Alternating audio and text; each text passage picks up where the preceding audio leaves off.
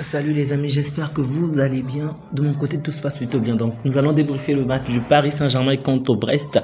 Brest était à domicile et il faut le dire, ils ont très bien joué contre le Paris Saint-Germain, particulièrement en deuxième période. Le Paris Saint-Germain a énormément galéré, mais au final, nous avons réussi à nous imposer. Généralement, lorsque le Paris Saint-Germain joue des matchs après les Ligues des Champions, vous savez que ça se passe généralement mal et ça se termine souvent par une défaite. Mais cette fois-ci, le Paris Saint-Germain l'a emporté avec peine, mais bon, c'est la victoire qui compte au bout. Donc, vous allez certainement l'entendre par différents médias comme quoi il y a eu cette polémique avec le dernier but de Kylian Mbappé après le penalty, c'est qu'il va chambrer le public. Et finalement, il y aura un souci parmi eux parce qu'il va même obtenir un carton jaune et on va le remplacer par Luis Enrique. Mais on va vraiment se mettre à le critiquer par le public. Le public va vraiment le chambrer à son tour. Donc, ça sera un peu chaud à la fin. Mais revenons sur le match.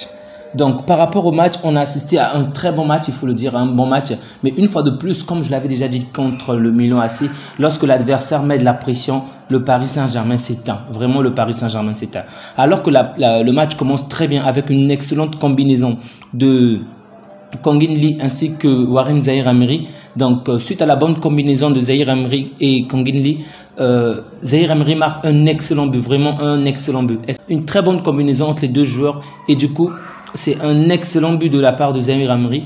Et ensuite, Kylian Mbappé qui vient encore allonger le score à partir de la 28e minute. Vraiment un très bon but de la part de Kylian Mbappé, un peu comme ce qu'il nous a fait contre Milan AC la semaine dernière.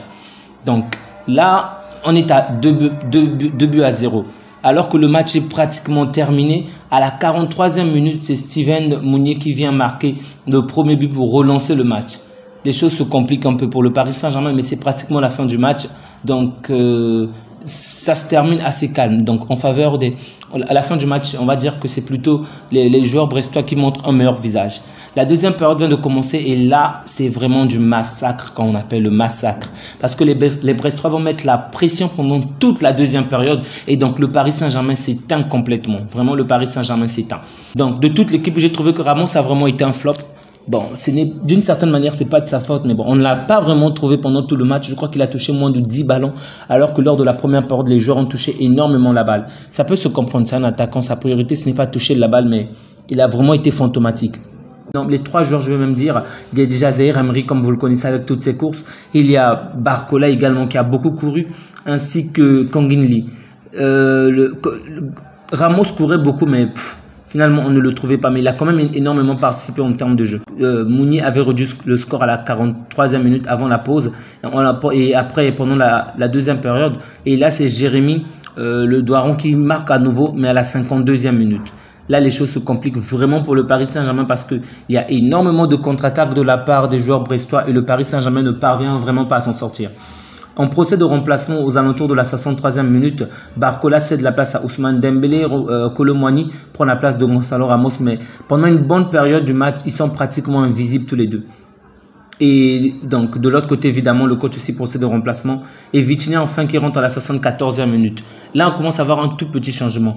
Maintenant, c'est Vitinha d'ailleurs, alors que on est à la 74e minute, l'équipe n'a vraiment réalisé aucun tir. C'est Vitinha qui va réaliser le premier tir, donc aux alentours de la 80-84 minutes, je pense. Le premier tir vraiment, parce que la deuxième période était totalement...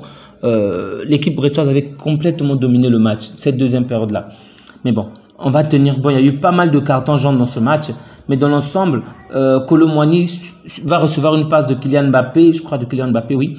Ensuite, normalement, en toute sincérité, il avait déjà perdu le contrôle de la balle, mais le joueur adverse, je crois que c'était, ça devait être pas Bissou, c'est le gardien, je crois que c'est Jonas Martin qui va le renverser, je pense, sauf erreur de ma part en tout cas. Il se fera marcher dessus par le joueur adverse et du coup, il y aura un penalty.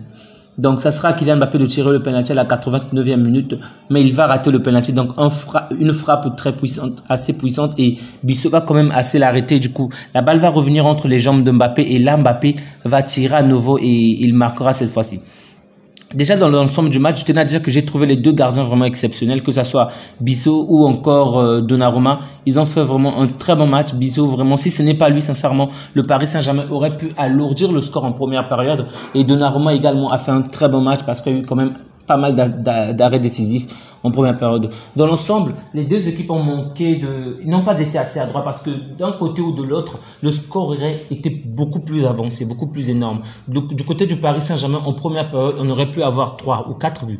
Et je peux dire exactement la même chose du côté brestois. Donc, le match dans l'ensemble était vraiment assez équilibré et la victoire du Paris Saint-Germain est plutôt flatteuse. Je le comprends, il y a énormément de fatigue suite déjà au match de la Ligue des Champions, mais gagner 3-2, c'est quand même dur pour le cran brestois, mais bon, au final, c'est ce qui compte. Donc, je vais m'arrêter là pour la vidéo. Dans l'ensemble, les joueurs ont plutôt été intéressants, que ce soit les remplaçants ou même les titulaires, ils ont quand même été intéressants.